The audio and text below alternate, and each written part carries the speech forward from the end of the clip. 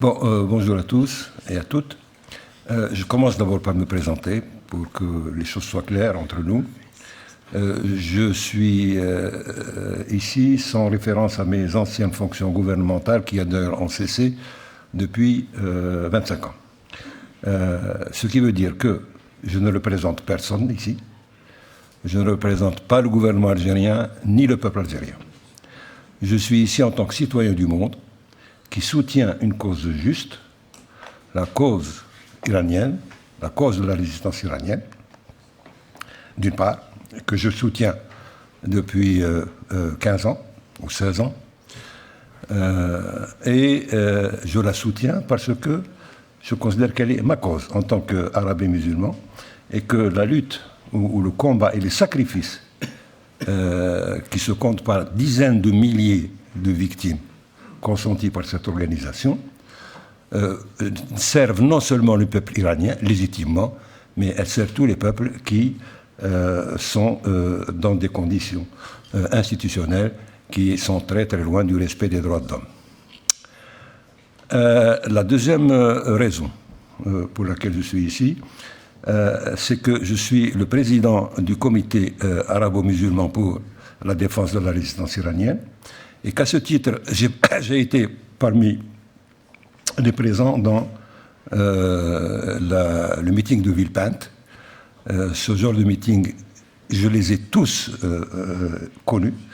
Et donc, je faisais partie de plusieurs centaines de personnalités de plusieurs nationalités dans le monde occidental et dans le monde arabe qui étaient présentes dans ce meeting et qui donc étaient les victimes potentielles de l'opération dont nous avons appris l'existence grâce à la justice belge à laquelle je tiens à rendre hommage, un hommage particulier parce qu'elle aura servi, cette opération aura, ce jugement, je veux dire, je suis sûr qu'il aura servi pas seulement les Iraniens, mais le monde entier, et la justice et la paix dans le monde entier. Et enfin, je suis parmi ceux qui se sont constitués partie civile à ce titre-là, et je suis honoré de le faire avec un défenseur très ancien des droits de l'homme. J'ai l'honneur d'être à ses côtés.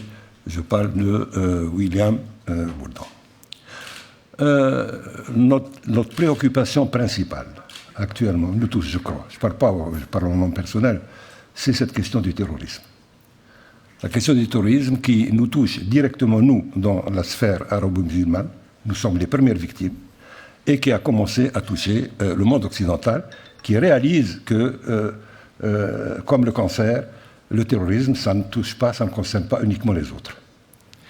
Et que par conséquent, lutter, toutes les actions qui consistent à faire barrage au terrorisme, à dénoncer toutes les sources de terrorisme, comme l'a dit William Bourdon, ce n'est pas seulement les terroristes classiques qui travaillent ouvertement, mais ceux aussi qui sont commandités par le terrorisme d'État.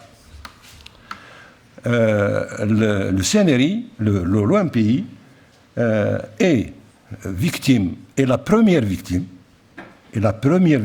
du terrorisme d'État iranien. Et paradoxalement et injustement, cette organisation, première victime du terrorisme, a été inscrite dans la liste des organisations terroristes depuis 1994. Enfin, de la liste.